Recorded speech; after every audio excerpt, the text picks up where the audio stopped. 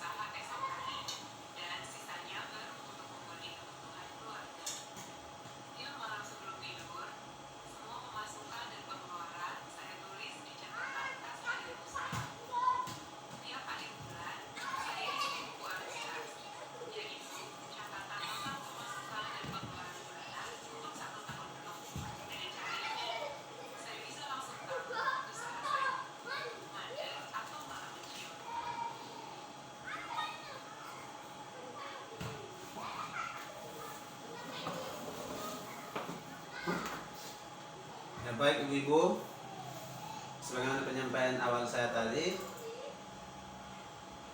bahwa setelah kita menyaksikan film singkat tentang mengelola keuangan usaha, maka kita akan mendiskusikan apa yang telah kita nonton bersama. Dan untuk itu saya berikan kesempatan kepada kedua kelompok, kalau ada ibu-ibu yang mau menyampaikan secara singkat apa pesan atau maksud dari film yang telah kita nonton tadi. Apakah ada ibu-ibu yang mau menyampaikannya? Saya berikan kesempatan.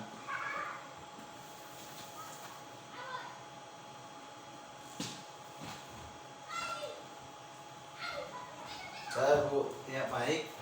Kelompok Ibu Meg, silakan.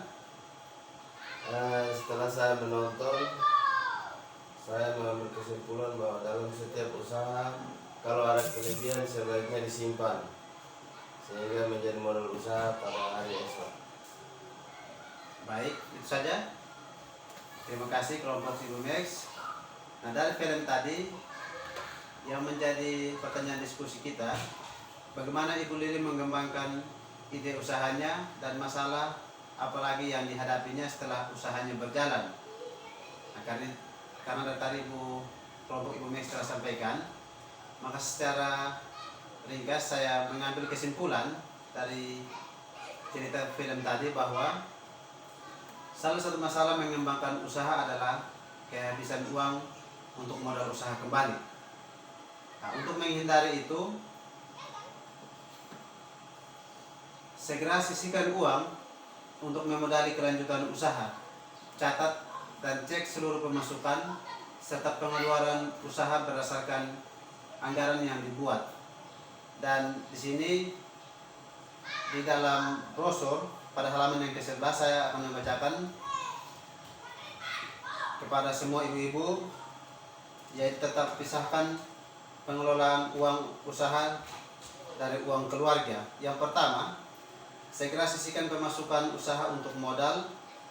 Yang kedua, simpan uang usaha dan uang keluarga di tempat yang terpisah.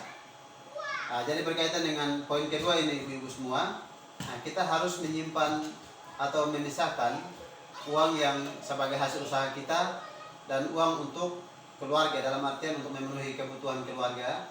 Kita harus mampu pisahkan, sebagaimana dalam pengajaran sebelumnya kita harus menyiapkan amplop, maka kita paling tidak kita harus siapkan 2 amplop, yaitu yang amplop pertama khusus untuk uang, menyimpan uang untuk usaha, dan amplop kedua untuk menyimpan uang untuk kebutuhan keluarga. Jadi dimaksudkan ketika berapapun kebutuhan uang untuk keluarga kita tidak boleh lagi mengambil uang yang telah disimpan khusus untuk usaha punya.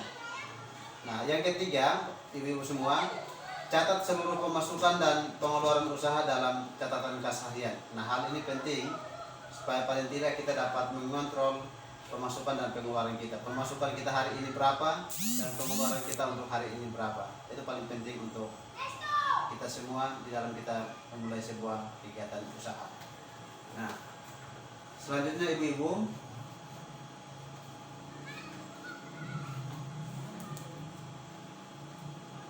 sebagai tambahan dari saya berkaitan dengan cerita tadi di atas. Nah, catatan kas harian dan arus kas tahunan itu penting supaya kita harus dapat mengendalikan pemasukan dan pengeluaran dengan cara membuat catatan kas harian dan arus kas tahunan untuk usaha.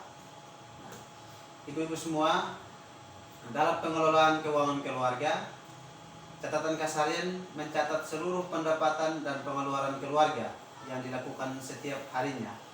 Sedangkan dalam pengelolaan keuangan usaha, catatan kas harian untuk usaha berisi seluruh pemasukan dan pengeluaran yang dilakukan untuk menjalankan usaha.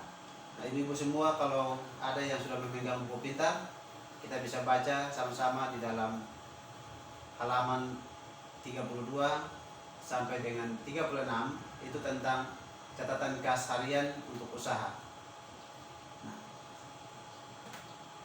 ibu-ibu semua, ada 3 fungsi utama dari catatan kas. Nah, fungsi yang pertama, di akhir minggu atau bulan, catatan kas harian dapat menunjukkan apakah usaha kita memberikan keuntungan, dalam artian total pemasukan lebih besar, atau usaha kita juga memberikan kita kerugian, atau dalam artian total pengeluaran kita lebih besar. Nah, pada hal yang kedua, fungsi yang kedua, membantu melacak pemasukan apa saja yang kurang atau pengeluaran apa saja yang berlebih dari anggaran yang telah dibuat, sehingga kita bisa mengatasi masalah yang ada secepatnya dan mencegah hal itu tidak terjadi kembali. Nah, fungsi catatan kas yang ketiga, membantu mengetahui barang-barang apa saja yang paling banyak laku atau pada hari apa saja penjualan cukup banyak. Nah, sehingga kita bisa menyiasati langkah penjualan di minggu atau bulan berikutnya. Nah, ibu-ibu sekalian, untuk mengetahui apakah usaha kita bertambah untungnya, tetap atau berkurang, maka kita harus buat rangkuman total pemasukan dan pengeluaran setiap bulannya dari catatan kas harian. Rangkuman itu ditulis di dalam tabel arus kas. Nah, ibu-ibu yang membawa buku pintar, kita bisa buka di dalam buku pintar halaman 37 tentang tabel arus kas untuk usaha.